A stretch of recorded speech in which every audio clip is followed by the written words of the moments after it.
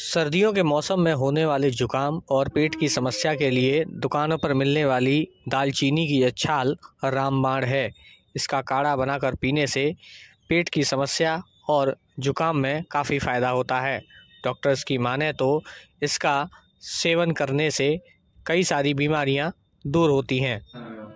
मैं डॉक्टर कविता माहेश्वरी, आयुष विंग, जिला चिकित्सालय। दालचीनी वैसे तो हमारे घरों में काफ़ी सालों से मसाले के रूप में प्रयोग होती आ रही है ये खाने का, लेकिन सिर्फ स्वाद नहीं बढ़ाती है, खाने की खुशबू को देने के अलावा ये कई सारी बीमारियों से लड़ने की क्षमता भी हमारे शरीर को देती है।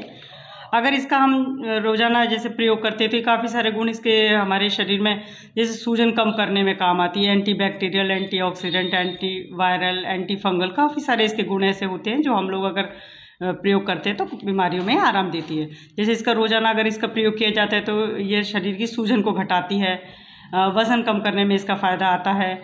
इसका ब्लड शुगर का जो लेवल है उसको कंट्रोल करती है, कोलेस्ट्रॉल को कम करती है। साधारणतः जैसे खाने की अपच की परेशानी होती है, अफारा हो रहा है, भूख नहीं लग रही, उसमें भी ये काफ़ी फ़ायदा देती है।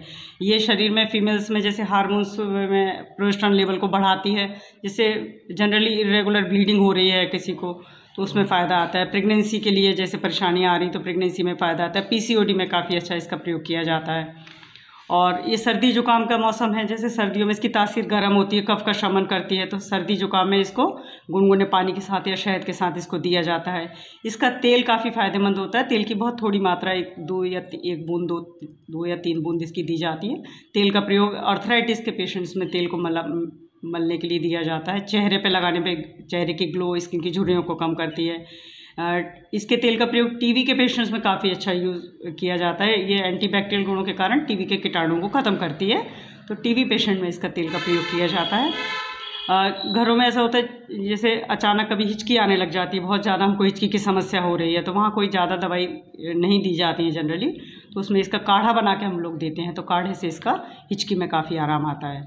तो जोड़ों के दर्द में इसका है, दांतों के दर्द में इसका तेल का फाया रखा जाता है, तो दांतों के दर्द में भी काफ़ी आराम आता है। तो इस तरह से दालचीनी हमारी काफ़ी सारी बीमारियों में कहीं ना कहीं किसी न किसी रूप में प्रयोग की जाती है। दालचीनी पौधे की छाल होती है। ये इसके दालचीनी का छाल तो पंसारी की दुकान पे मिल जाती है। अगर इसका तैयार चूर्ण और इसका तेल है आयुर्वेदिक दुकानों पे आराम से मिलता है। पहचान क्या है, कैसे पहचान है? ये गोल गोल जैसे छाल के टुकड़े होते हैं, लंबे लंबे टुकड़ों के रूप में आती है, जैसे गोल थोड़े से होते हैं और छोटे छोटे टुकड़ों में इस बाजार में मिल जाती है हमको। इससे थोड़ी सी स्वाद में तीखी होती है, सुगंधित एक मसाला है और भूरे रंग की छाल होती है इसकी।